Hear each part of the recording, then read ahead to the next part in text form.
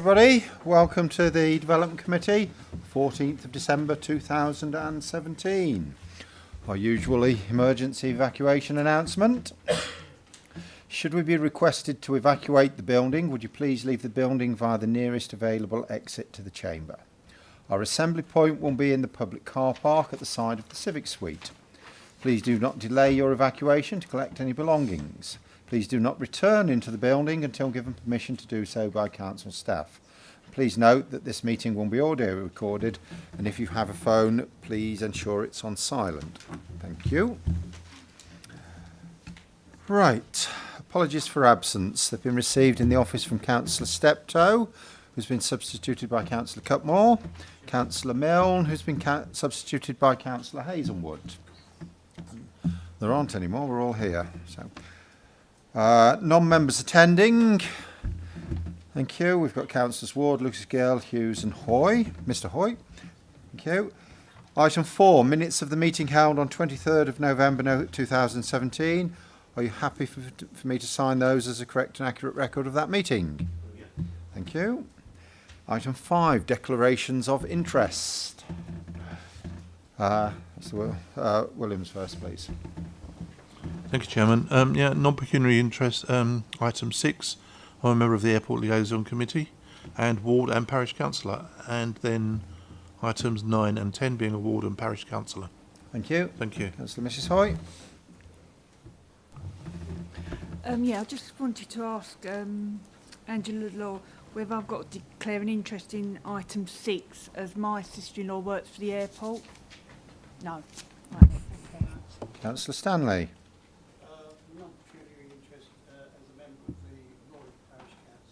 Thank you. Councillor Hockway. Declare an interest as being a member of Great Woking Parish Council to do with item number 8, but I'm not on the Development Committee at the parish. Okay, thank you. Just before we get... Oh. Okay, Councillor Lucas Gill.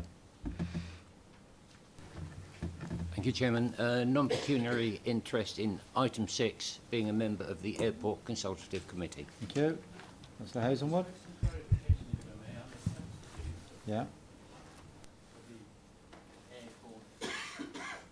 We've been on it at such.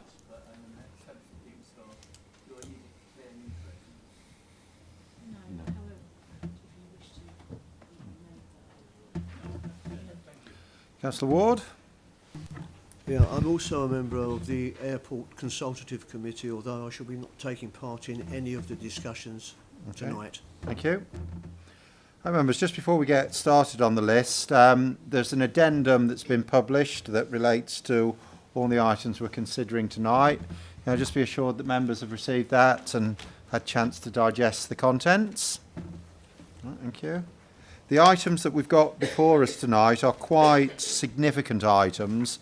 We do have speakers as well, so I might be a little bit harsher on people wanting to keep coming back to raise new points. So if you're going to speak, please take that opportunity and make sure you clearly explain all your views and issues. Thank you. So first of all, we have item number 6, which is a new airport terminal building, London Southend Airport.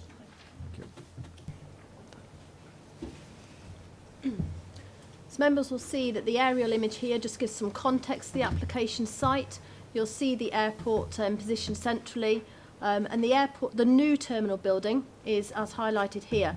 At this stage in the development, on this image, it just shows a small element of the building that's on the site at the moment, and that's the part of the building that was first granted consent and an outline back in 1997. We can take you to the location plan.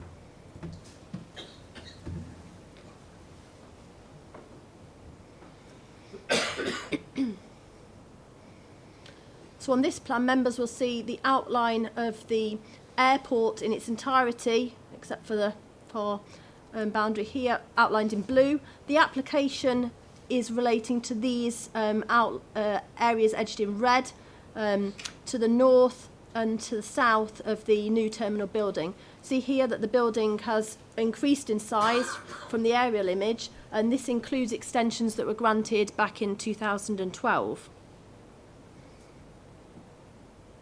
Take you to the photos of the existing building. So this just gives you some existing images of the building taken recently. Sorry. So this is the southern elevation. The building has a curved roof form with a glazed frontage and an overhanging canopy, and then has small single-storey elements to the south. If you take you to the next image, please, Claire. And this is the building frontage. Can I take you to the first image as well, please? Sorry.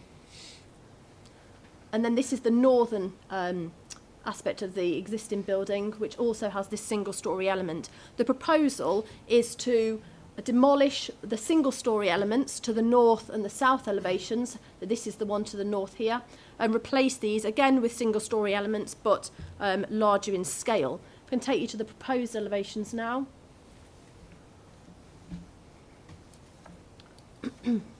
So this image that's centrally shown here shows the existing two-storey building, and you'll see all these uprights here are part of the canopy projection to the front elevation, and then this extension here is to the north elevation, and this extension to the south. The one to the north is more substantial than the one to the south as proposed. If we can just zoom into the image in the top left-hand corner. So this is the side elevation of the north elevation, and it shows that the single-storey proposed extension would have a curved roof form following that of the main building. If you can go over to the other side elevation, please. The extension to the southern boundary, which is smaller in extent, would have a different form. It would have a flat-roofed appearance there. The extensions are proposed to increase capacity of baggage reclaim and for additional space for screening of baggage. The extension to the southern elevation is to comply with European regulations which come into force next September, and it will apply to all major airports. If I can take you to the proposals map, I can give you a bit of context as to relation to the planning policy.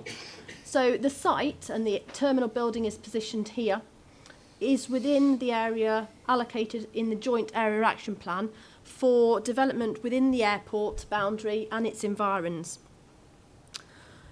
You will note that the airport in the main falls within the Rochford district, and this is the district boundary is this black line running along here. So the South End district is to the south, and the airport runway extension was dealt with by Southend Borough Council. It was the runway extension consent issued in 2011, subject to a Section 106 legal agreement, which limited the number, amongst other things, the number of passengers to a maximum of 2 million per annum. A central principle of the Joint Area Action Plan is that the airport can expand its operations to enable this number of passengers to be carried. Policy TF1 of the Joint Area Action Plan specifically relates to planning applications for expansion of the new terminal building and is supportive of such. The proposed building can comply with sustainability criteria in our local policies and can meet the BREEAM standard of excellent, subject to feasibility, and there is a condition requested for such. The site is within flood zone 1, which is at the least risk of flooding, and development is therefore considered acceptable in principle.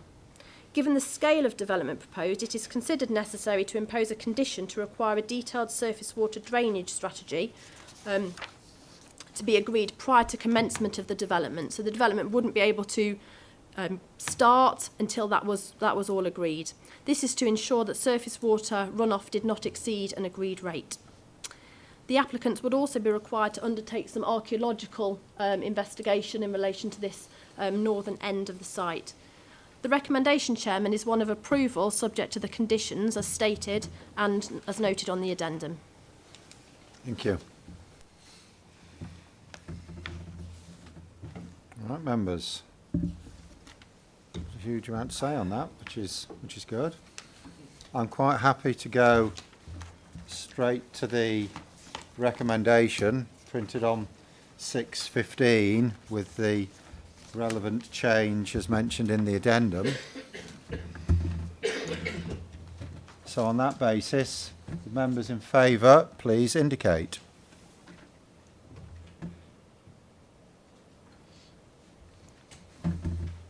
Okay, thank you. That's unanimous. That's passed.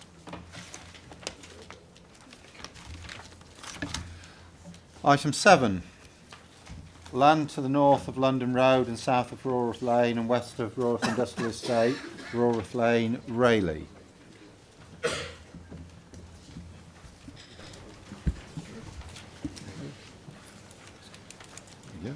Chairman, this is an application. Sorry, wait for.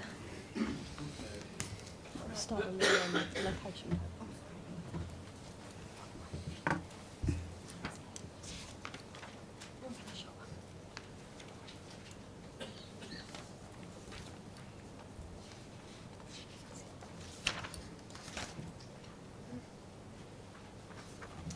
So, Chairman, this is an application for the proposed strategic landscaping in association with Phase 1 of the development approved for up to 500 dwellings by Outline Planning Permission at land north of London Road and south of Raworth Lane, Rayleigh in 2016.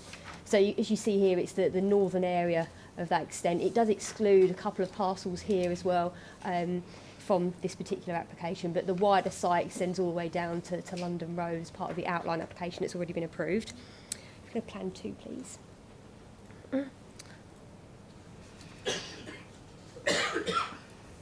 So there are intended to be 3 phases of development of the site. Therefore, this relates to just the first phase, which is the northern area immediately to the south of Raworth Lane, so this area around here. The site consists of open land with some existing trees and some hedgerow on the Raworth Lane boundary. There is also a reserved matters application pending consideration for the detailed design of 192 dwellings representing phase 1. However, this is not yet before councillors for consideration. Can I have Plan 3, please?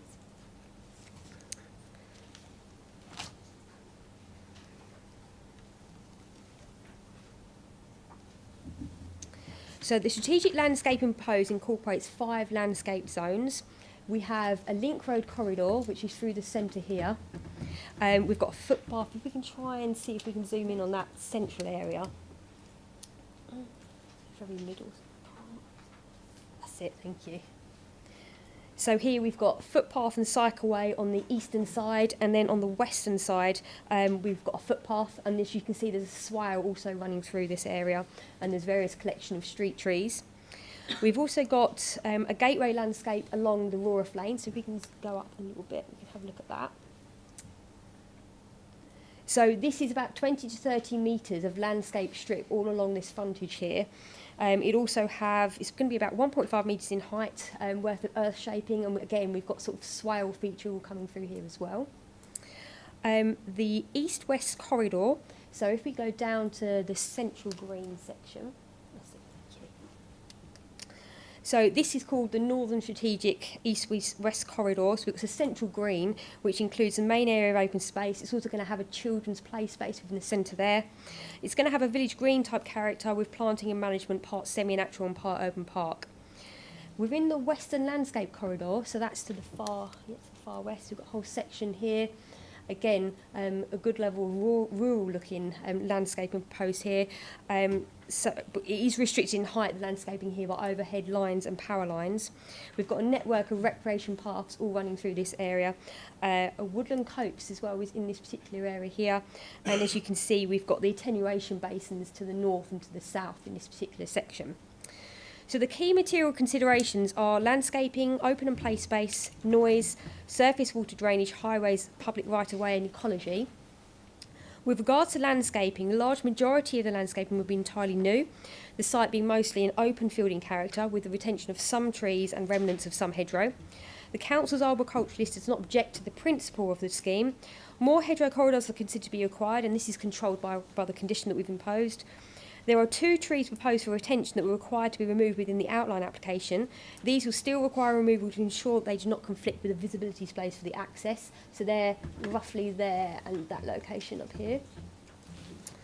A hedgerow that was shown to be retained within the outline to the northeastern boundary will also need to be included for retention within the strategic landscaping plan controlled by conditions. So that's roughly in this area here. We'll be asking for a particular hedgerow to be retained. With regards to open and play space, so the current application has a play space located within the centre, as it pointed out earlier, just in that area. That's going to provide space to accommodate a local equipped area of play if it were to be proposed in this position on the site. The overall size of the central green exceeds that shown on the parameters plan for the outline application.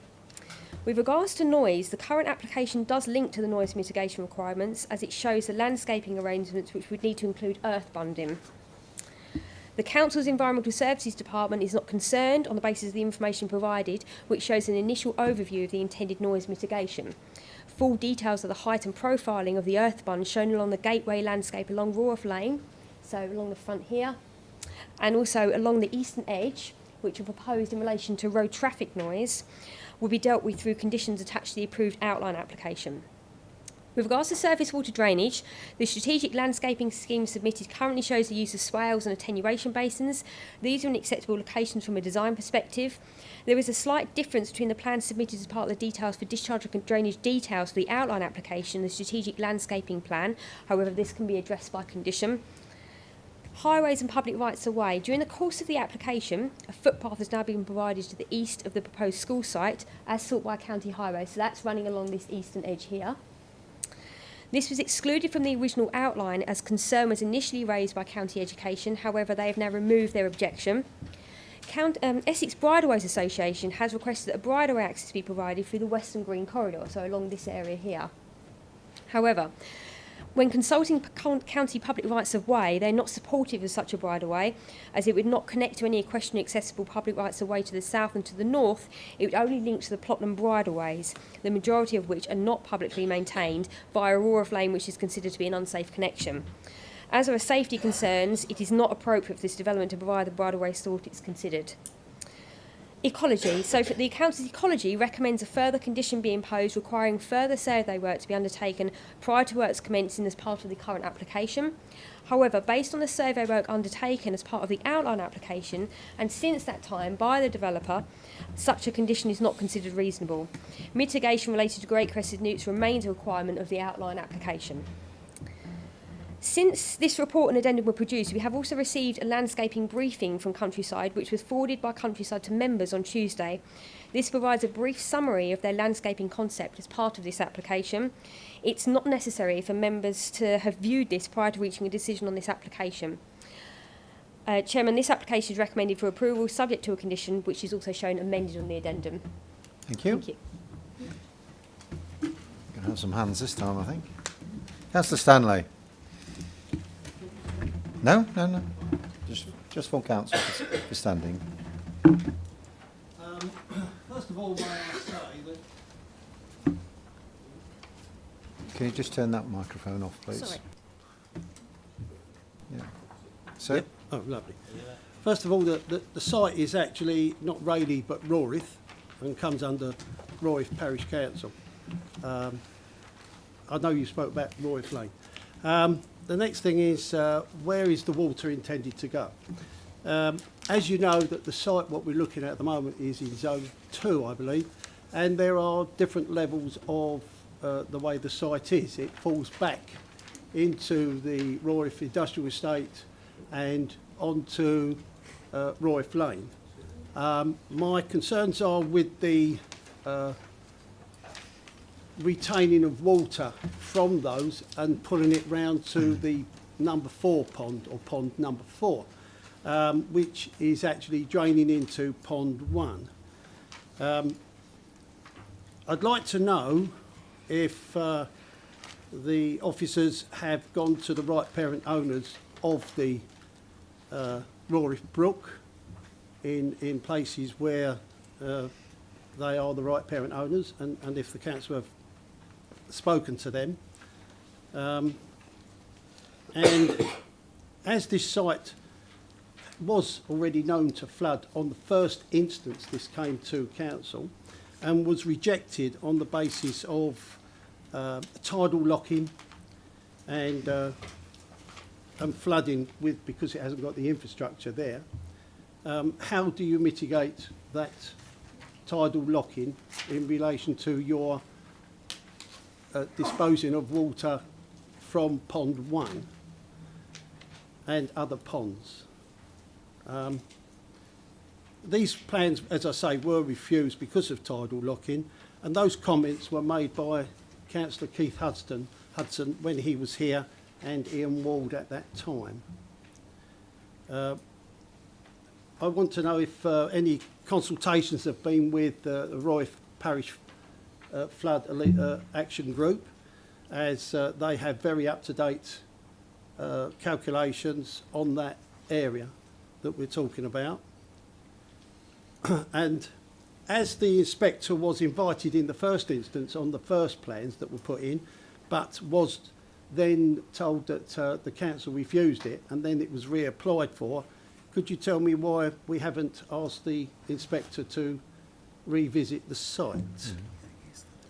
As you know, that we all don't live in Rawrith, and we don't know too much about Rawrith and what its criteria are.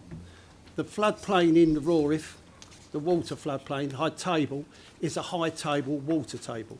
And any more water coming off of the land, and that will be concrete paths, whatever it is, will be coming into Rawrith at a faster rate. As we have said in our document, the Strategic Flood Risk Assessment. If you haven't read it, I suggest you read it because it's very good for information. And the brook is now somewhat a little bit smaller than what it is supposed to be. Yeah, you might laugh. It's great fun, this. Councillor Stanley, if you address the chair, please. Yeah, he's addressing me. And it's now 25% smaller than what the brook was originally. So I wonder if there is any mitigation being done by the developer in not only the upstream, which would then affect Laburnum Way, or downstream where we're depositing the water to. And also, could you tell me what the time lapse is of that water flow?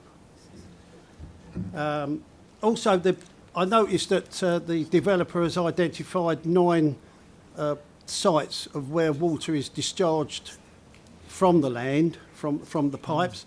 Are they going to have the valves, gate valves that is in their document here, as well as the ones from the ponds? There are several other items here. I've got 16 in all, and just to let you know that it's considered by common law that you can't take more off the land than what is necessarily coming in. So in other words, if you've got so many litres arriving, you can't dispose of any more than what is arriving, and that's, I think that's well documented.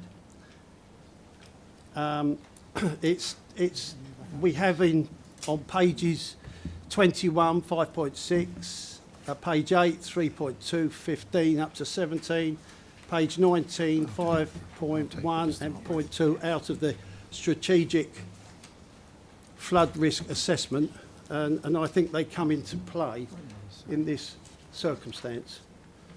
I think that it would be nice for the planners to meet with other agencies like the Flood Action Group, and I think this also needs to be scrutinised a little bit more carefully than just waving it through. Thank you. Thank you. Councillor Stanley, there's a couple of things that you mentioned. I just need to sort of make a couple of points. You mentioned about visiting riparian owners. That's not a necessary thing for the planning permission to be determined. You've also mentioned a number of technical issues, which again aren't absolutely necessary for this. I will point you towards 1D on the recommendation, which clearly says about the drainage scheme and what it has to be, the detail of it has to be to particular drawings. And then 4.1 on page 7.7, Essex County Council lead local flood authority. we are happy with the conditions placed on the outline permission, so don't have any specific comments. So I do think that in listening to you, I do need to make sure that that point is really clearly made. Councillor Wilson, you indicated. Any other members indicating at the moment? Thank you, Chair. At paragraph 4.1, Rawrith Parish Council have said that the access to the site is only going to be through Rawrith Lane, and they're concerned about conflict of construction traffic with the day-to-day traffic. And that's overruled at paragraph 516 because it's saying that it would be unreasonable for the spine road to be put in place. Now, the way that I understand it is what Rawrith Parish Council are saying is that they don't want any vehicles doing right, so it's in effect a loop. Having said that it might not be viable to put the spine road in at this stage, there are other ways that you could provide that access. So it's not necessarily building the road itself, but you can have temporary road services that would allow that. Is that a reasonable condition to put on the developer? Councillor Newport. Thank you, Chairman. The officer said that on the western side of the plan there was a noise attenuation, noise mitigation measure for highways noise. I'd like to know if the noise from the industrial estate has been taken into account for that. And I also note that from what I could see, there's nothing about air quality in this report, and whether any measures have been put in for... There wouldn't be anything about air quality in strategic landscaping. All right, okay, sorry.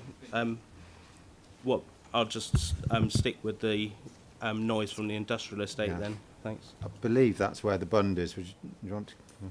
I can come back on a few of these. Yeah. Just to briefly come back on some of the issues raised so far. So with regards to the drainage side of things, we have a condition as part of the Outline Planning Permission which requires a lot of detail to be submitted and agreed in relation to drainage matters on the site. That detail, which is quite substantial, we've already had in and we are currently considering. It's not something that we're looking at in detail in this application, it's something that's been looked at separately as part of the approved outline application. So this is just looking at the landscaping and obviously showing the attenuation basins is part and parcel of showing the sort of landscaping with the strategic element that we've got a phase on at the moment. So it's not something that's being considered now, but it is something that is being considered as part of the discharge and condition process. With regards to the construction traffic, we do, again, there's a condition on the Outline Planning Permission which requires a construction management plan to be agreed as part of that outline application to do with how they will deal with storage, deliveries, access, that kind of thing. So we can certainly mention this as an option. It's not something that we could deal with as part of this application because it's part of the original outline application, a construction management plan requirement, but it's something that we can perhaps speak to the developer about as part of that application, the wider outline and the condition that we've got imposed onto that already. The noise mitigation, it's the highway traffic noise specifically. The industrial estates concerns will come later with the wider phasing of the development as far as the noise mitigation details that we have are so far. I don't know if that assists. You'd like to come back, Councillor Stanley? Oh, sorry. Thank you. With regards to the footpath that you mentioned, which is which is on the, as we look at it, on the left-hand side of the industrial unit, is there any footpath that is going to be put in on Rawrith Lane leading around to that area? And do we have a crossing of any description for the children that will actually come from the properties on the other side of Rawrith Lane? I know that element isn't part of this application.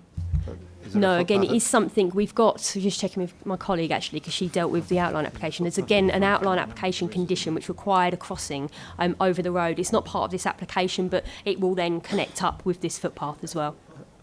We've got So a it fo- will have we got a connect f- with the footpath. Have along we it. got a footpath at the front edge of the site on Um, North Lane? No. Can we zoom in on I thought that you meant bit? from the other. Yes. So there is a footpath existing on this side, the industrial estate side of the road that bends around that corner.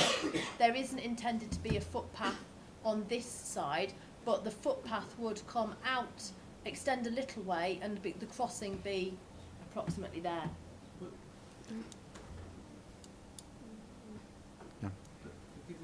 Just the microphone again, please. Forgive me for asking, but the occupants of the properties do not cross over in the access road to the industrial estate. They cross over in Royth Lane, and by such they've got to cross over from the left side or the right side of Royth Lane, cross over and walk along the path. Now, if the pathway is only part way on that entrance to the industrial estate where we've got the eastern edge there, that seems to defeat the object of a path, because if a path stops there, they can't literally sort of go anywhere if you haven't got a path. And surely that's got to come with the planner to put a pathway in. You've got 500 houses going up there, and you've got a school. I mean, what are they supposed to walk on? Thank you. This one I want.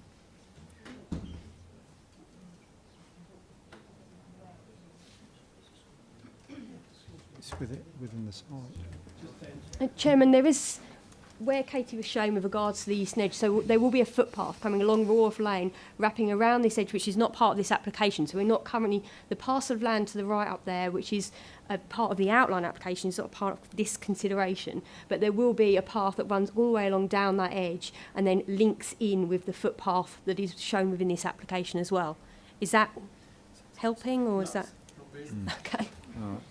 Well, it's not clear because the reason I'm asking is that there are cottages and obviously will be children coming up Royth Lane, walking up Royth Lane, and they've got to cross over Royth Lane at a very busy junction in the morning to get to school, should they go to their school. Thereby, they would have to cross Royth Lane, so there's no footpath anywhere on this side where your development is as a pathway for them to walk on. along all the western edge, you mean? Yeah, along the western edge, yeah. Okay. So we're looking at the defined site within the red line. We're looking at the strategic landscaping within that. Obviously, there are concerns about the footpath, but that's outside of the actual application site. We was under the impression that the parish that there was going to be a small footpath and then the landscape. I can't speak for No. how things were interpreted there. That we've got a recommendation, as I say, for the outline strategic layout on this first third of the site. Obviously, there'll be more to come as things go. There are conditions slightly amended, printed on page 6 of the addendum, which point towards the further detail and conditions and additional work that still needs to be done within this. But it's just the basic outline, the strategic outline that we're looking at here. So, members, based on that and the discussion we've had, those members in favour of the approval, please indicate.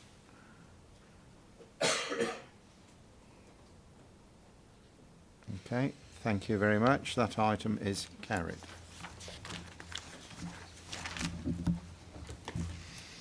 We go on to next, item 8, which is land between Star Lane and Alexandra Road, south of High Street, Great Wakering.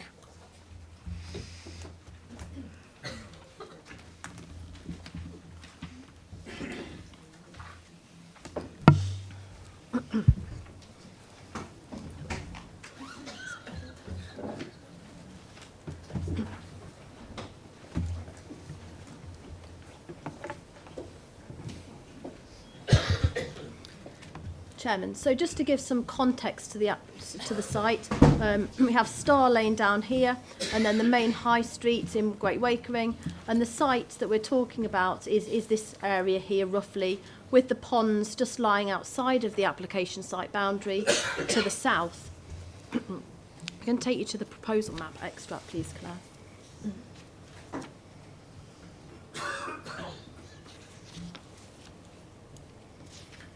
So members will note that this application site relates to an allocated site for residential development released from the Greenbelt under policy SER 9B.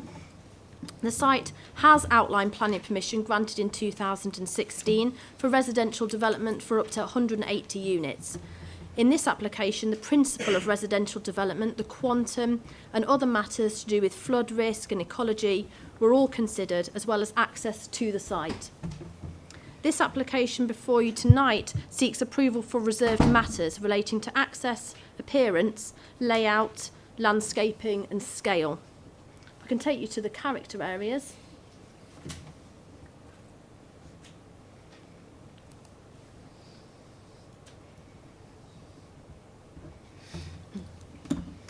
So 180 dwellings are proposed across the site as a whole.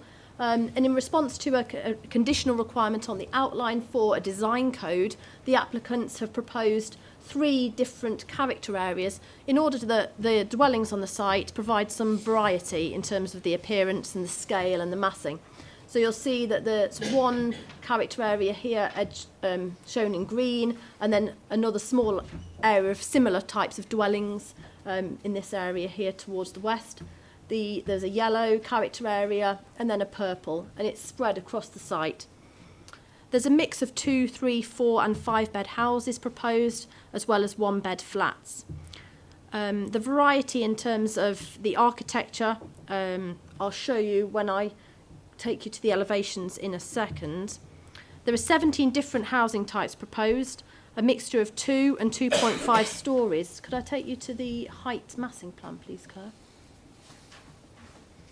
So across the site, this gives you an idea of where the higher properties are proposed. These are only 2.5 stories, and they're shown in the sort of burgundy colour.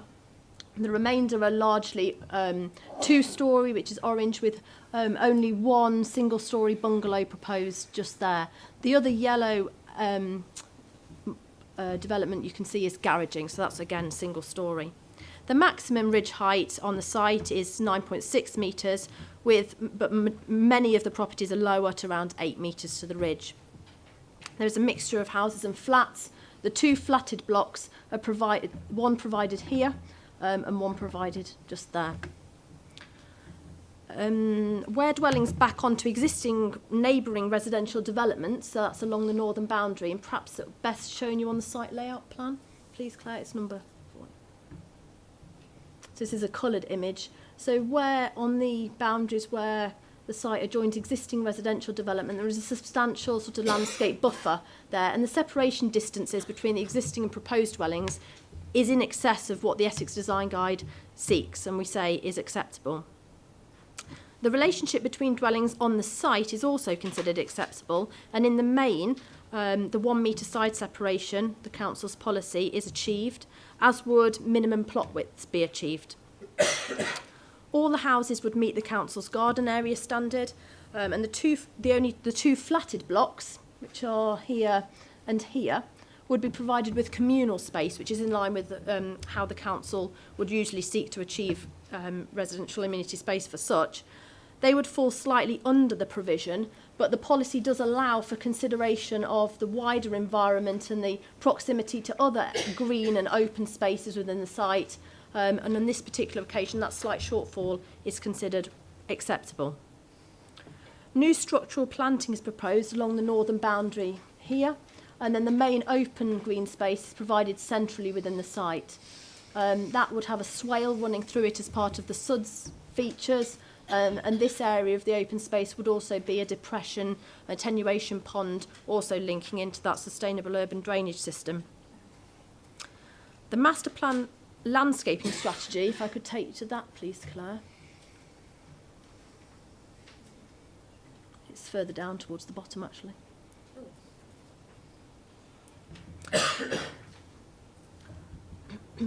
So this has been developed and sets out an approach to the landscaping, the positioning of trees, but there is a requirement on the outline that specific details of precise tree planting along street corridors and within the open spaces is provided. So that would all that detail would come in relation to that condition at a later stage again. Can I take you to the parking layout, please, Claire? So parking across the site would be compliant with the council's policy. And on this plan, what is highlighted, because largely the houses have on-plot parking for the occupiers, this just shows the visitor parking, which is again in compliant with the standard, and it shows that it is, you know, pepper potted across the site, and visitors can pull into these laybys, perhaps visiting properties or utilising the public open space around. Vehicular access to the site would be from Star Lane, so to the south, with an emergency access provided north. This northern access would be a pedestrian link though, so providing a ready through route to the high street and the facilities there for residents. Can I take you to the street scenes, please? So there are 17 different house types proposed, and said in the terms of materials and finishes there is quite a wide variety proposed, some rendering, weatherboarding, brickwork. These gives you an impression of some of them without taking you through every individual house on the site. So this is one of the typical streets, this is the street scene here. Again, largely two-storey, quite traditional in scale and form, pitched roofs, some gable ends, small dormers set into the roof space, policy compliant and what the Essex Design Guide seeks to achieve. There is another section of street scenes, maybe just to show you, to give you another indication of what the scale and the appearance of those dwellings would be. All the dwellings have space to store refuse bins close to the and enable the residents to take those bins to the highway for collection, usually stored in rear gardens. In only a couple of cases, occupants would be required to drag their bins slightly further to the highway. But in the round, given the scale of development proposed, this is considered reasonable. It would still be readily achievable by those occupants. Overall, it is considered that the detailed layout and design is to a high standard and meets council standards. The recommendation, Chairman, is one of approval subject to the published conditions. Thank you. We have two speakers on this. Councillor Sawyer from Great Wycombe Parish Council.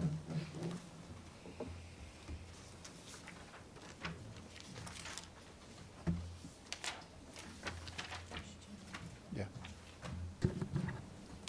Yep, it's on. Good. 5 minutes. Okay.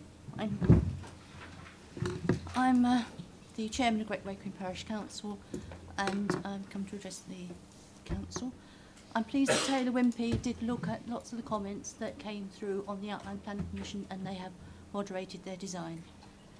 One point in the officer's report, point 2.2 report, says that Star Lane Brickworks' total number was 116, in fact it's 119. There was a modification to do with the pumping station. Section 106. The Parish Council have not been consulted over Section 106 needs for Great Wycombe, and these have been decided by some higher authority, with no regard to those living in the area. And in fact, an awful lot of money is being spent in Southend Borough Council's areas, enhancing roundabouts, etc. What we have a particular problem is the country path, which from the mini roundabout in the north end of Star Lane to Oldbury Cottages, which is about 435 metres. A country path seems to be a verge, which gets cut occasionally, and it's difficult to walk, even normally, because you can't see where the hell you're putting your feet, and you've got cars running by the side of you. If you trip, you could fall over and get run over. And women with young children live in those cottages, and they are seen frequently. They have no alternative but to walk the buggies up the road, and they can't possibly get off the road if a car comes along, so they're taking their life in their hands. That is where the Section 106 money should be spent, not on roundabouts in Southend Borough. Right, okay, the proposed change is also to do with 106. Has anyone checked that the changes proposed for the High Street are actually practical, because we've had similar trouble previously with York Mews. There was something proposed to do with the curbs. When it came out, it was totally impractical, and the money just got wasted. So money that could have gone to Wakering got lost. The wildlife. Many trees on the outline plan seem to have disappeared from the north edge of the ponds. If you look at the outline plan, a lot at the bottom there, the ponds are not just ponds, they're a wildlife site. In the outline plan, there was dense trees along that line. That's disappeared. So now you've almost got the road, a little bit of grass, and it just falls into the wildlife site. Wildlife sites should be protected, not exposed to children playing with balls and things. There's no sign in the present document that the Essex Wildlife Site or Natural England have been approached about this change. In fact, Natural England say that they should be approached if there are any changes, but this just seems to be floating through. And one good point is we've been having lots of trouble with fly tipping with the access road, but Taylor Wimpey are going to have a pole gate delivered soon, which we hope will help problems there. And that's it, thank you. Thank you. Our second speaker is Mr. Samuel Caslin, the agent.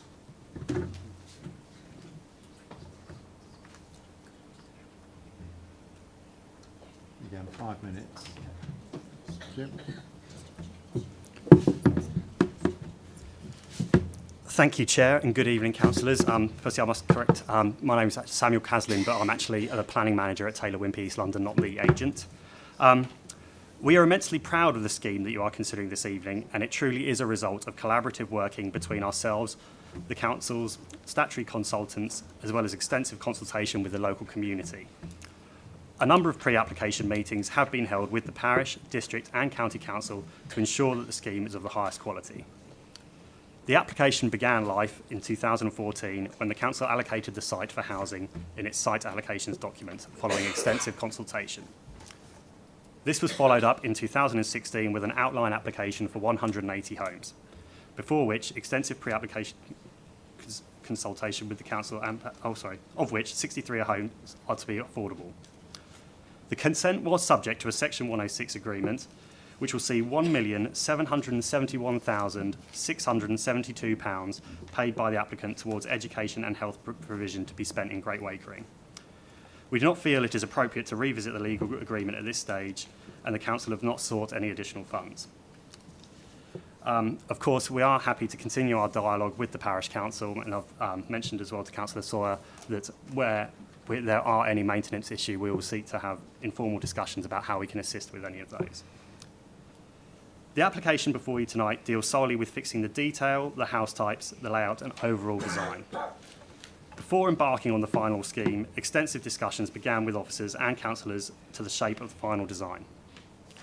Officers have now assessed these details, as have the council's statutory consultees, who have no objection to the final proposals. To this end, officers are now able to recommend approval.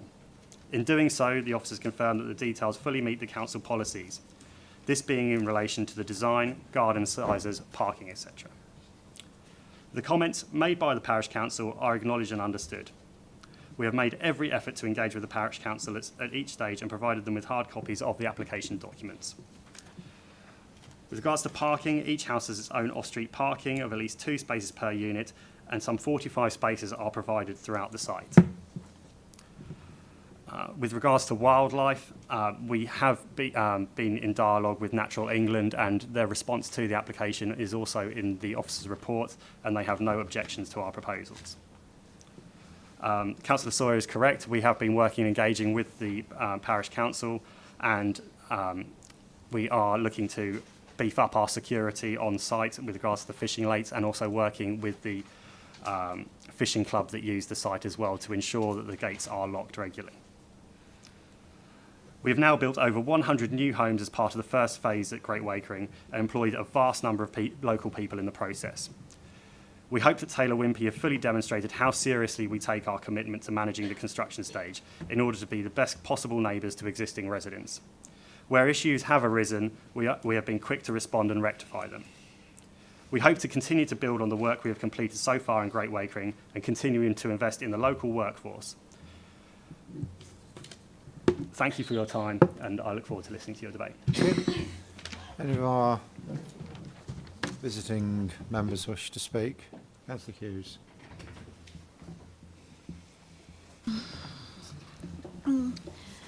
Good evening all. Being a local resident, being brought up in Great Wakering, going to the school and going to King Edmunds, I've seen some changes, some good, some bad. But the amount of new properties that are being built in our area is bad. We've got a lack of school places, a lack of doctors, the traffic is bad, residents moaning all the time, which you can understand. When these residents have moved into Wakering, they moved to a village, but the village isn't a village no more, it's now becoming a town. I'm not happy, nor are residents happy about another 180 homes. We're also not happy with what's happened recently, it's been this week, with them clearing some rubbish along Wakering High Street. There's been continuously mud on the road this week. Yeah, there's been continuously mud on the road this week, traffic being held up all week. Is this the start of what residents have got to put up with again? Now, this should have been happening post-2020, but now we've got to look forward to this all happening again. Also, I would like to know where all the 106 money's going this time, because we never seem to get a correct answer to where the 106 money's going, and it would be nice if we could tell residents this time where it's actually going to. Also, could I ask why so many trees have been removed, and what type of trees are we replacing, because this does affect the wildlife again. Also, I did speak to Taylor Wimpey about trying to make it a little bit more friendly this time, with making it with hedgehog friendly, which on the reports doesn't seem to have been mentioned at all. Yes? No? Huh? Right, not. And oh, sorry, no. And also the other thing is about the park as well. We was told we was going to be having X amount of money allocated to the park. And I can't see that in anything either at the moment. And also the other things that I'm not happy about is I can't seem to find the report, the archaeological advice report. Could I ask where that is, please? And also there is another report that we can't seem to find. Condition 18 is the local flood authority. There should have been a report for that, which I can't seem to find. And I can't seem to find anything else, but I probably have got a list of things I could come back to. Thank you. Okay. Councillor Hookway. Thank you, Chairman. Yes, I'd also like to emphasise we have had a number of meetings with Taylor Wimpey at parish and also district councillors, and the last meeting that we held with them, there seemed to be an agreement that they had intended to have a children's play area on site. We suggested that perhaps it would be better for the wider community if the money that they're looking to invest in that was actually allocated to a much broader scheme at the recreation ground. And that seemed to be agreeable. We also had Councillor Sperring at that meeting, portfolio holder for environment, who was also agreeable to that suggestion. But again, there doesn't seem to be anything in the report to say that there is S106 money allocated specifically for that. My concern is that if there's no legal agreement for this money to go forward as part of this arrangement, it may never happen. Can I just stop you there for a moment? The content of the Section 106 agreement is not part of what we're determining tonight. That's part of a separate formal legal agreement outside of this decision, and is probably best taken up with officers in another place, if you don't mind. All right, I'll move on then. In the report, it does mention about some gas plant apparatus, which is within the vicinity of the site, and there was some concerns from the national national grid that there was. If this site might have any impact on that apparatus. There doesn't seem to be any response as to saying whether there is any impact and what mitigation might be needed if there was an impact. So I'd wonder if there's any information about that. With regard to the archaeological advice as well from Essex County Council, they in the report there's a piece in there that says that they've were seeking some information, and they don't think that they've had all the information that is required, so the statement goes that they recommend that the archaeological condition has not been discharged at this point. So I wondered if there's any further information about that. With regard to the Essex County Council as the lead flood authority in relation to condition 18, because the flood strategy has changed from the original plan that was brought outline, which we were actually this was part of our suggestions, the parish and district councillors, which we're pleased about the change, but Essex County Council seem to have some questions over the flow rates in relation to the new strategy, and there doesn't seem to be any information as to whether they've been satisfied with that as well. As has been mentioned in relation to the traffic going onto site, we've had experience from phase 1 in relation to vehicles accessing the site and then going off site as well. We've had quite a number and this has been obviously an issue mostly in the winter time and the springtime, but it is an issue all year round, that a number of debris has been brought onto the public highway off from the site, perhaps we might be looking to have a condition so that there's a proper management scheme and appropriate wheel washing facilities for vehicles accessing this phase 2 section of the application. Thank you. Thank you. We'll point you in a couple of directions. When the outline permission was granted, there were a number of conditions. Those conditions are not fully discharged at this point, particularly in 4.4 with regard to the archaeology, 4.7 with regard to the flooding, and 4.5 with regard to the traffic from highways. Those conditions need to be discharged before the development takes place. At this point, the development's not ready to start as yet. This is a step on the journey with the focus on the particular areas of access, appearance, layout and scale. I'm sorry, Councillor Hughes. To make an apology, I did find the article about the hedgehog, sorry, so I am apologising. Yes. Councillor Mrs Hoy.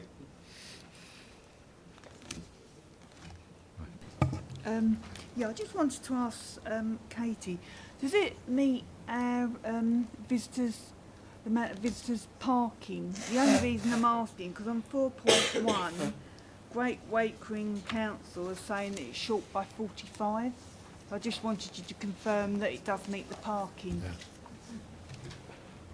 the requirement for visitor parking is the requirement for visitor parking is 0.25 per dwelling, so they do meet the visitor parking. Right, okay, that's all I wanted to know. Okay, thank you then, members.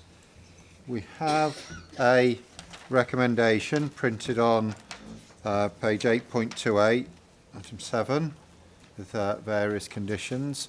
Can I ask those members in favour of approval to please indicate?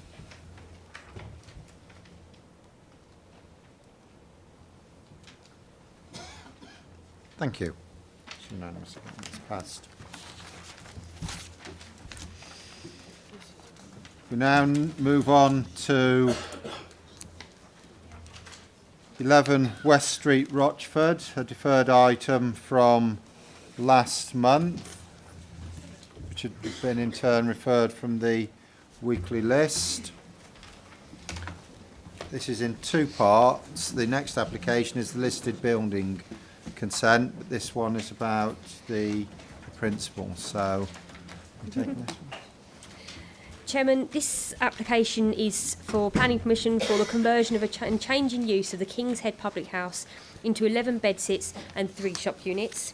The building is located within the town centre of Rochford, so in this location here, as you can see, and has a frontage looking towards the market square, just here. We have plan 2. The building... That's all right. Oh yeah, thank you. The building is Grade 2 listed, and there is also a tandem application for consideration tonight for listed building consent. The building has been emptied for a couple of years. Members may recall a previous application at this site for 12 bedsits and 1 small shop unit, which was refused on the grounds that the proposed loss of the ground floor commercial premises within this important town centre location would have an adverse impact on the commercial vitality of Rochford Town Centre. The tandem application for listed building consent at this time was approved. Members may also recall an application by the same developer at 22 South Street, which was approved in February to convert vacant offices into 12 bedsits. This was also a listed building. The residential use of this building has now commenced. Now plan 3.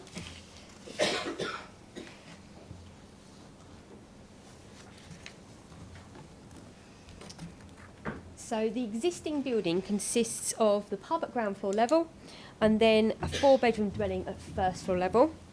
If we can have, sorry, plan 4.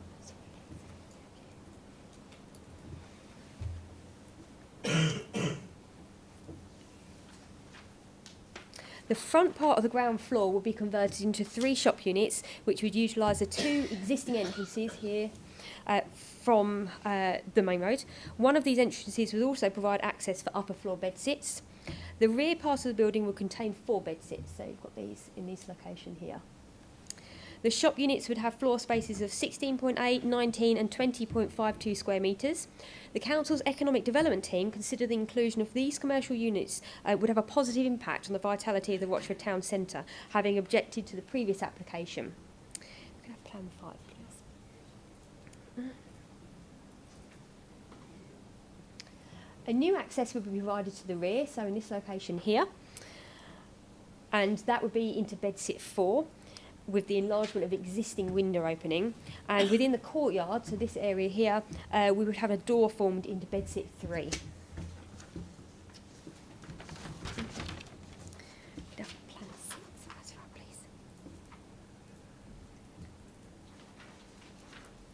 So the first floor would be converted into 7 bedsits.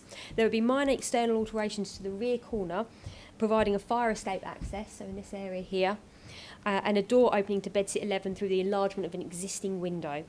All bedsits would include an ensuite shower room, allowing for independent living. The bedsits would vary in size between 11.88 and 23.31 metres squared. This application was deferred from the November Development Committee meeting in order for the applicant to look at concerns raised relating to overdevelopment of the site and insufficient evidence to support the need for 3 commercial units and compliance with the Rochford Town Centre Area Action Plan. In response, the applicant has provided a supporting letter along with a letter from the neighbour to number 22 South Street, which provides clarity around the issues raised within the last committee. These are referred to within the report and the addendum. Council policy, including that within the Rochford Town Centre Area Action Plan, supports retail provision within the town centres. This proposal would therefore be compliant with policy, and the applicant is not required to provide viability information with regards to the 3 units proposed. If retail uses could not be found for the units, there is a possibility that non-retail uses could still be viewed favourably, such as offices or cafes. However, this would be subject to a separate application viewed on its individual merits.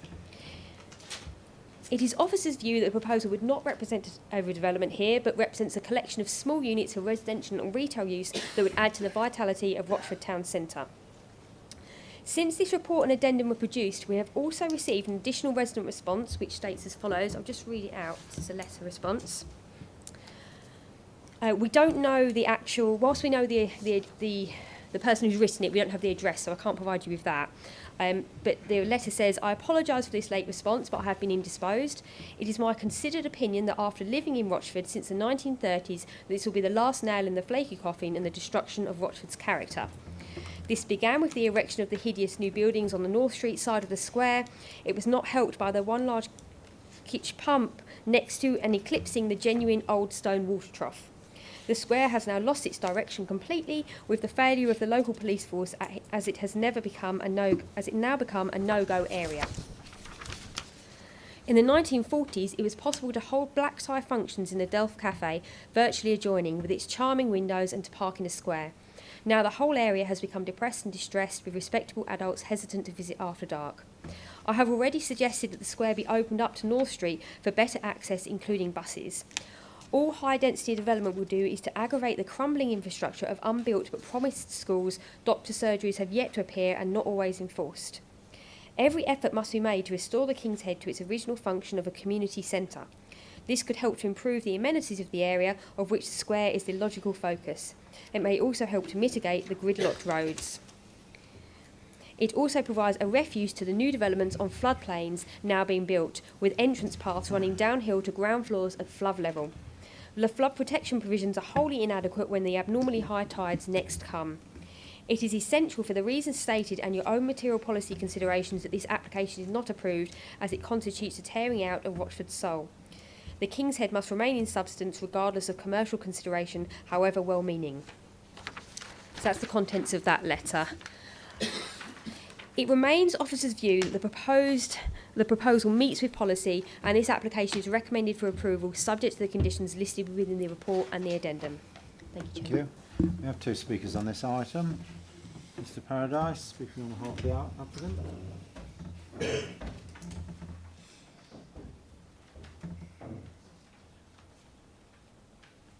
Maximum of 5 minutes.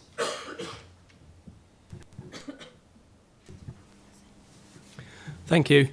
I wanted to take the opportunity just to have, probably won't be 5 minutes, but just to really sort of like summarise as the owner of the building and as mentioned, the owner of 22 South Street. At the meeting a month ago, I think that there was our representation at the time probably didn't explain in the right way with regards to the retail space. Our original application was declined because of inadequate retail space on the ground floor. We've reviewed that, and the whole of the frontage of the building at ground floor level is now for retail space. However, it is flexible accommodation to suit the needs of a retail occupier. As to whether they want the whole space or 3 individual units, that can be adapted to suit whatever is needed within Rochford or comes to the market. The other point that was raised was with regards to the viability of commercial or retail units. Obviously, we can't answer the question of viability of retail units, but what we have done, as we put in our supporting letter, was done some research with some local commercial agents who have informed us that there is a demand for smaller retail space for small to medium businesses. And as such, I can't remember the door number, I think it's 25, but one of the vacant buildings in West Street has just been let by Debman Gray on a 5-year lease to an expanding floristry business. So they're confident that they would be able to let those units out to retail space. Coming on to the vacant building, it has been vacant for some considerable time. As with 22 South Street, we've developed that building and we own and manage that building. It's not something we've developed and sold. We manage the building and look after it and maintain that. We had terrible problems when the building was vacant with regards to gangs and groups. Our building being vacant and whilst being developed and unoccupied was broken into on numerous occasions. Damage was done within the building. There was a fire that was created in one of the outbuildings that affected neighbouring properties. and the supporting letter that you've had from the neighbour of 22 South Street has been very pleased with the work that we've done, very pleased with our conduct of the work, and very pleased that it's now occupied, and the gangs and groups that were around have now disappeared because it's now an occupied building.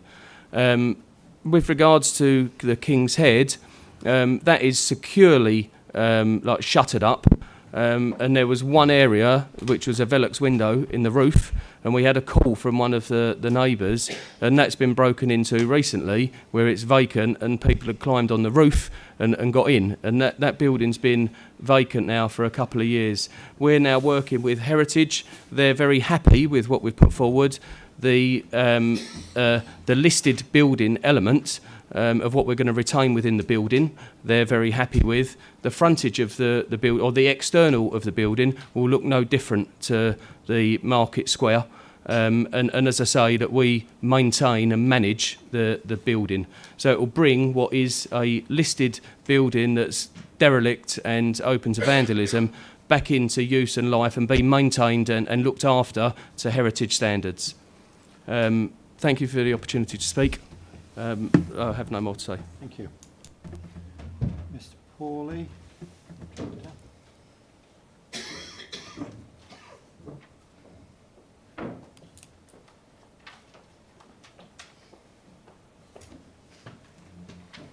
Again, up to 5 minutes when you're ready.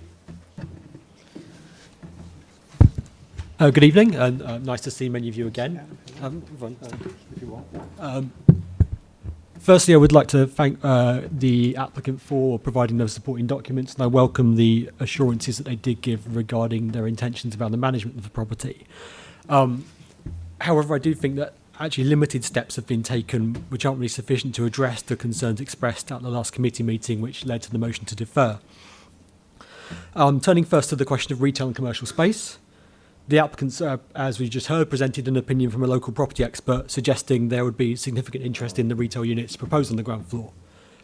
This is good as far as it goes, obviously. If those units are there, I'd much rather they were occupied rather than vacant. But it kind of begs the question to me, which I sort of raised last time, if there is a demand for retail and commercial space in the square, then how can the loss of a large portion of the ground floor to residential use be justified?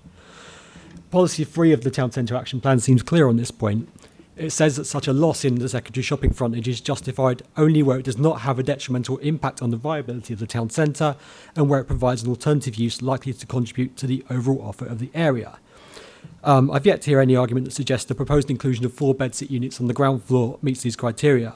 By contrast, it will appear to me to detract from the commercial offer and attractiveness of the Market Square, which is why several nearby businesses have objected to the proposal. And I can't really see why the committee would approve an application on this basis.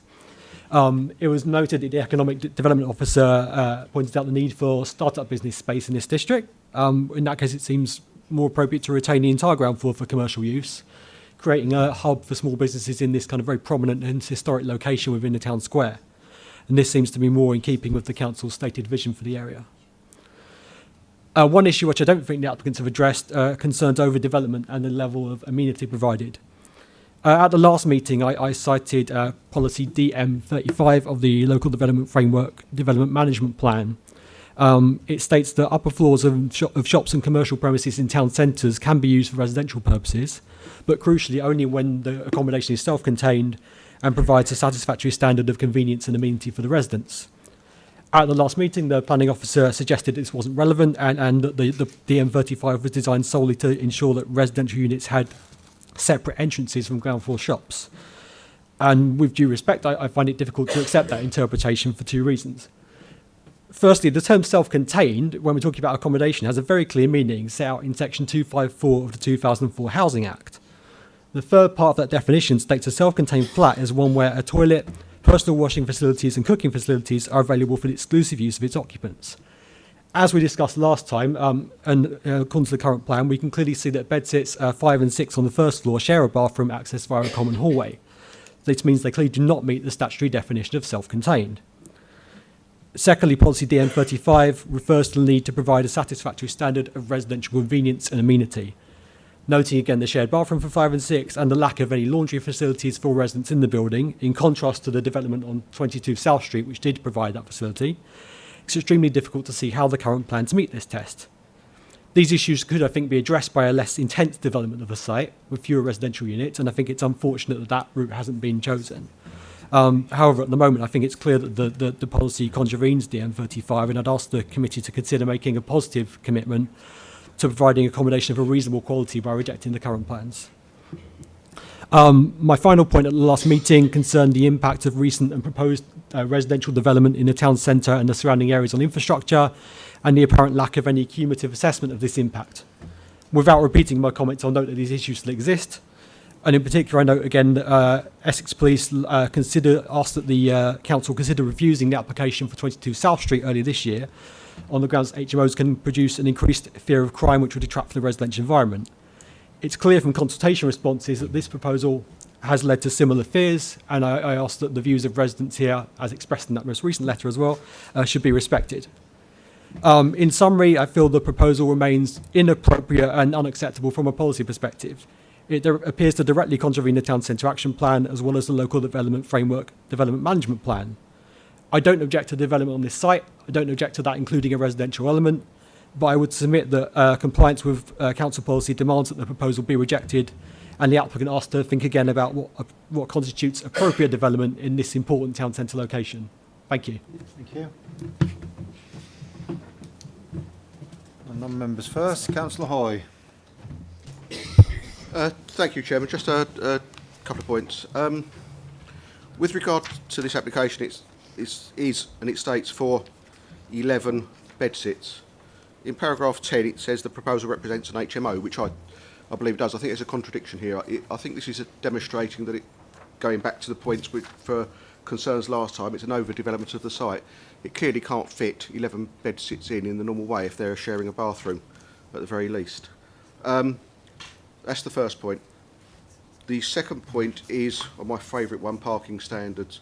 Essex Highways yet again misquote their own parking standard. It says they may be reduced in main urban areas, and I think it's important we remember that. I'm not disputing the fact Rochford is a main urban area, but I would just like people to think about the word reduce. It doesn't say none, it says may reduce.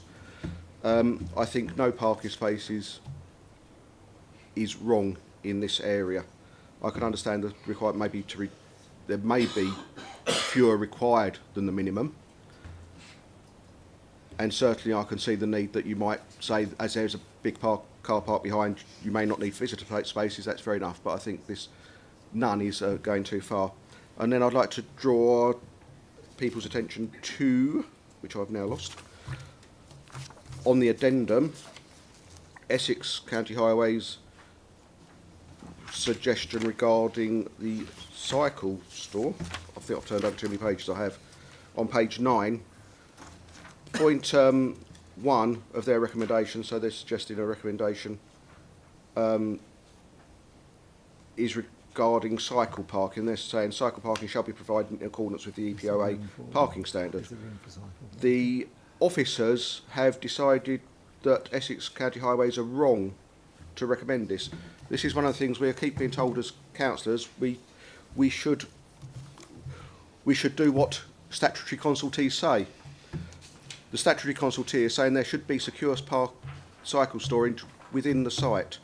Officers are saying it's considered that sufficient cycle parking is provided within nearby Backlane car park. Well, there may be sufficient, but it certainly isn't secure, and it's not appropriate for someone to keep their cycle long term in a public car park. I think the officers are wrong to ignore that recommendation from Essex County Highways. Thank you. Thank you. Councillor Mountain. Thank you, Chairman. Just, I agree with the points that Councillor Hoy was raising there. On the matter of overdevelopment and the concerns of overdevelopment, how do the officers respond to that, please, in relation to this idea that they're self-contained units, but they are not self-contained units because they have a shared bathroom?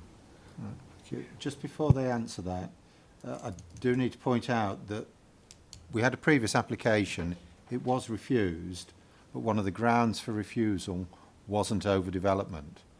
So by default, that even though it was a refusal, the basis of this layout, this standard, has tacitly had some approval. However, the difference between bedsits, flats, if you'd like to go back there again, please.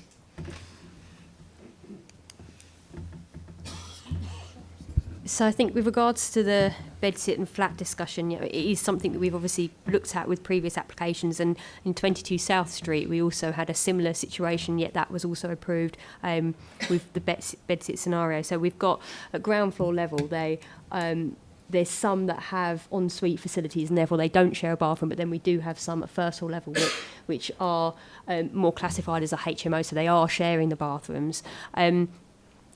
It's not uncommon to have small units of accommodation being converted like this within sort of town centre locations into smaller units of accommodation, and it wasn't an issue that we refused the application for previously or that was deferred as part of the formal application in terms of the actual usage, the bedsit usages. So I don't think it's something that we could raise as an issue this time round as part of this current consideration process.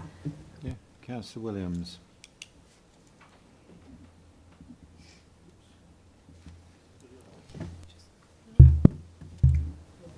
Thank you, Chairman. This item was deferred at the last application meeting so that all councillors were able to meet the applicants and voice their concerns. This never happened. It didn't take place. However, a letter from the applicants is attached to the application, which does make their position more clear. I still feel that this development be in the wrong place and have serious concerns regarding the quantity of units applied for. Also, that the two of these units have shared facilities. Not sure that this is acceptable in this day and age. I do appreciate that there are no planning considerations that this application be refused. I also appreciate that the desperate need for this type of accommodation in our area and potential cost savings that these might bring, they will be considerable. Should this application be successful, I trust that priority be given to Rochford District residents and RDC have full nomination rights. I just need to stop there because that absolutely is not relevant to this planning decision. Okay. The only last word was as the very successful South Street development. Thank you. Sorry, I need to keep the focus though. Councillor Cutmore. There you go. So he's cut me off. Just to say, Chairman, the overall design, I understand about using the commercial space to the front of the building, but I'm not aware of any drawings or anything else that we've seen, because I think the design and the presentation of those in what is basically a listed building is very important. So I don't know if the officers have any indications as to how that might work. I appreciate there might be a flexible design because it could be one or three. If you wait for the next application. Yeah, I know. I think that's something that we really need to see. It's a bit like I think what we're dealing with in this application is the principle of retail units. The next application will deal with what they look like. I think isn't that not relevant to the definition of retail units? That's the point I'm making. But I accept your point, Chairman. Sorry. Yeah. Councillor Stanley.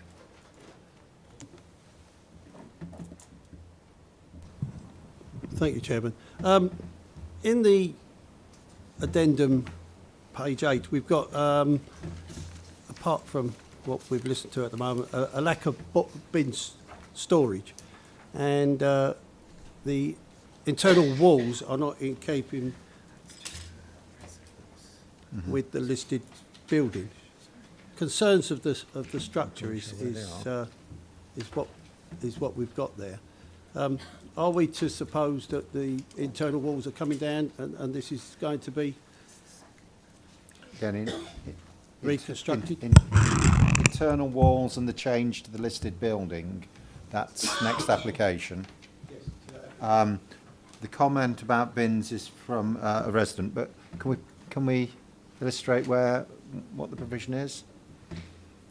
Yes, so with regards to the bins, we have a store located in this area. So as you can see, existing, they're removing part of the wall area here, creating this form of store, which is part of an existing building anyway, and that's where the bin storage will be located, in that area there. Councillor Hookway.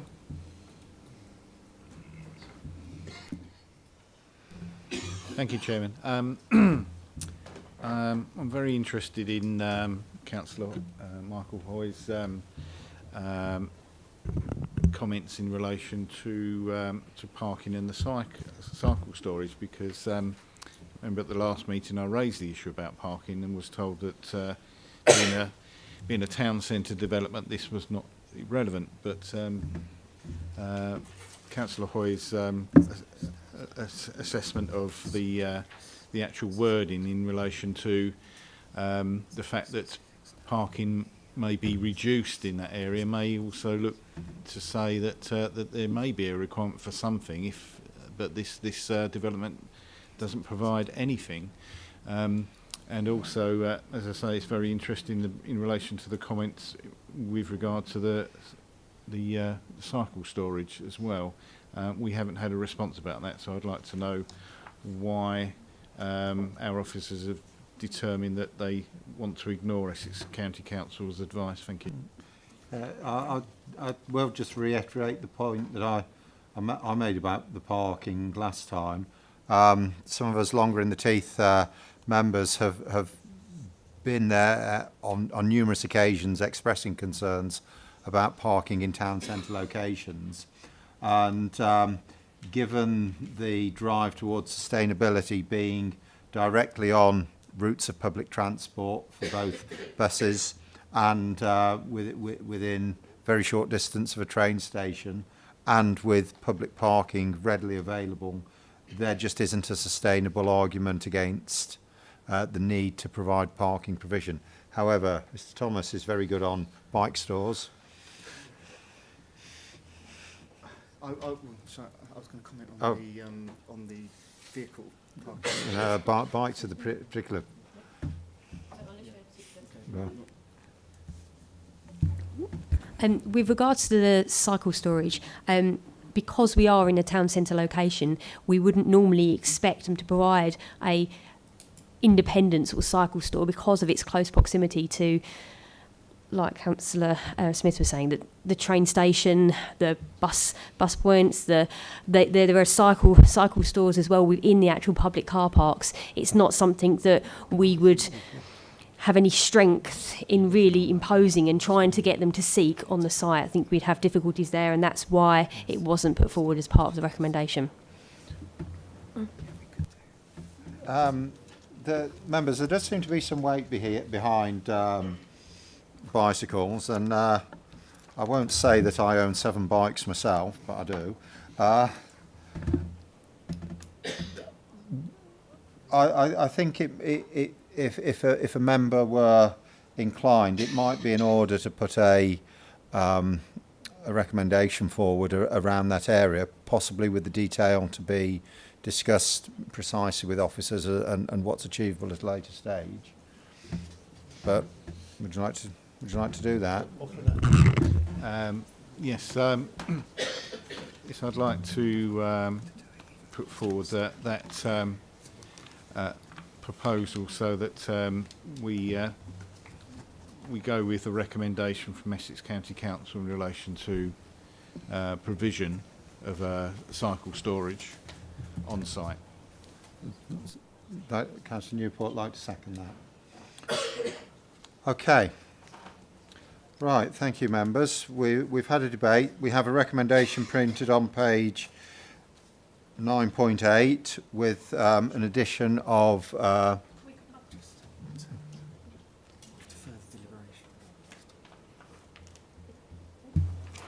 Just wanted, with regards to the cycle store, there's concerns that we would be imposing a condition which we don't see how they could reasonably achieve on the site in terms of the space that we're currently working with.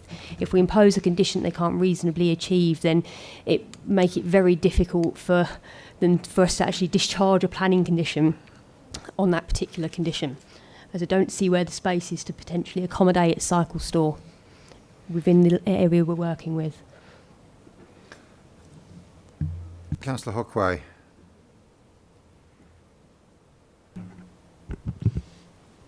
Does this not go to prove that perhaps this is overdevelopment in relation to the number Well, of that- units proposed, It's fair- then if they can't provide sufficient space for something that's been requested by Essex County Council. I think it's a fair condition. If it's not possible to discharge the condition, then we obviously don't want to create unnecessary delay if this item is approved. But it would be appropriate if officers came back to us if there are very specific concerns over that item, and if necessary, we revisit that item singly at a later stage. So I think that seems like a fair way. That's the Merrick. We're focusing on cycle store. I wonder, Chairman, whether we might deal with this by way of an informative, whether that would be considered adequate by members. Councillor Griffin? Thank you, Chairman. I can't recall the full details, but I believe that Essex County Council are sponsoring or helping to provide cycle storage to various organisations. I'm not sure if it affects private properties or not. Yeah. Well, Councillor Hockway, you've put forward an amendment and it's been seconded, so we will deal with that one first. So the options are that that item is included or not. I guess if it's not, then Councillor Merrick's suggestion that it's attached as an informative might stand. So first of all, on the amendment to include cycle storage as a condition, those members in favour of that, please indicate. Okay, thank you. Those against? Okay, that condition is now attached. So the substantive approval, those members in favour of the approval, please indicate.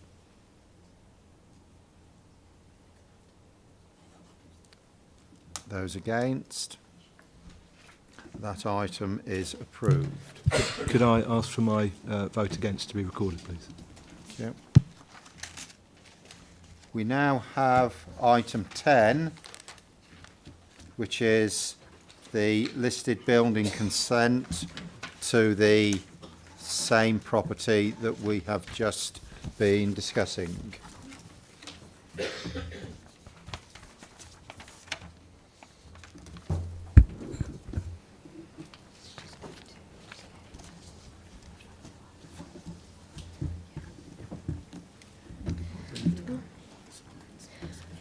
So, Chairman, this application is for listed building consent for works to the building to enable the change of use proposed.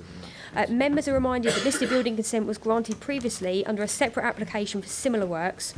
During the determination of this application, officers and the County Historic Buildings Advisor met with the applicants on site to discuss at length the proposed conversion works and the impact on the historic building. Inside the building, there are clear remnants of the original layout. However, these have been previously undermined. Historic walls and features do survive in parts, however it is not proposed to significantly alter these. Where walls are being removed, these are 20th century in fabric and are not considered significant. The main rooms would be retained, with each unit located within the existing room areas. The central staircase would be retained. The County Historic Buildings Advisor does not object to the application, subject to conditions which are present on the officer report. The building retains the appearance of a public house within the conservation area, and this will be retained in future through these proposals.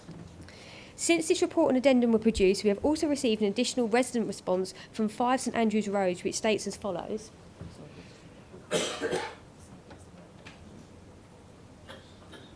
Really, I think the comments are more applicable to the previous application, but they have been registered as part of this one.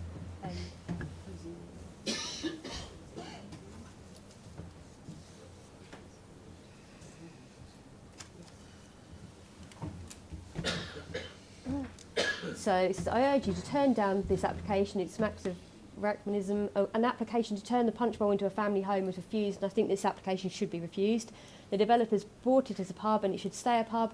There seems to be no consideration given to parking, and trying to squeeze 11 units into the historic pub smacks of greed by the developers. So that's the further comment that we've had back. As with the previous application, the recommendation to members remains that one of approval. Thank you. Councillor Cutmore. Can I go back to my original question, Chairman? Can we give Councillor Cutmore a bit more information about what it'll look like after it's done? So we have a condition which will require details to be submitted and agreed in terms of a lot of the actual fabric. We don't have an actual visual as to what it will look like complete. I mean, in terms of the front of the building, they're not planning to make any changes apart from actually just repair work and maintenance type works. It's really the changes mostly happening to the back. If you go to the, yeah, there's a, if you look at the rear photo, yeah, that's it. Well, that'll do, yeah. So the main changes are really just this top level here. We've got a very slight change here with a fire escape, and here we've got the door being inserted where there is a window, and here we're looking to slight change here where they're going to create a new access into a bedsit here, and this area will be rendered. So we've got a condition imposed that will deal with the details around discharging and exactly what those elements will look like. Want to come back? Thank you, Chairman. I'm not particularly bothered about what happens at the back, but I appreciate what the officer's saying. But I think there are concerns about as to, I mean, there must be some change to the frontage, and I just wonder how far we would go. Presumably, the Historic Buildings Advisor has consented to this, so you know that at least gives me some, comfort, if you like. But as far as the town centre is concerned, a listed building, I think it's important. And I think the character of what we have here and the character of the town centre itself, bearing in mind what was said earlier in some of the letters, needs to be the same because it's a historic town centre square. So, that's my concern, Chairman, and it's about retaining that character. Thank you. If I just point you to point 17 on 10.4, the Historic Buildings Conservation Officer specifically says would not object to the revised application. That's the Hookway. You probably did say this, but I might have missed it or didn't quite hear the whole thing. Did you state that the internal alterations with regard to the existing walls are they're relatively recent changes, nothing historic with to do with the basic fabric of the building?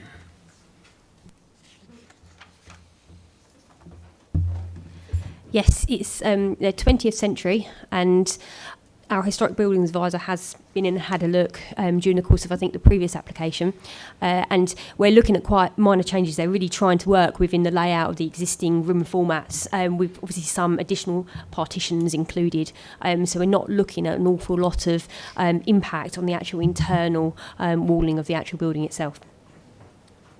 Back. There's been some concerns raised about the upper floor, which is not part of this, but in relation to that structural integrity, none of this should affect that in any way. Would you hope not? It's not something that we would be dealing with as part of this application. It may be something that comes up as part of the building control side of things, but it wouldn't be something that would be an issue as part of this current application or that we're aware of at the moment. Thank you. The approval is printed on 10.5. As for those members in favour of approval, please indicate.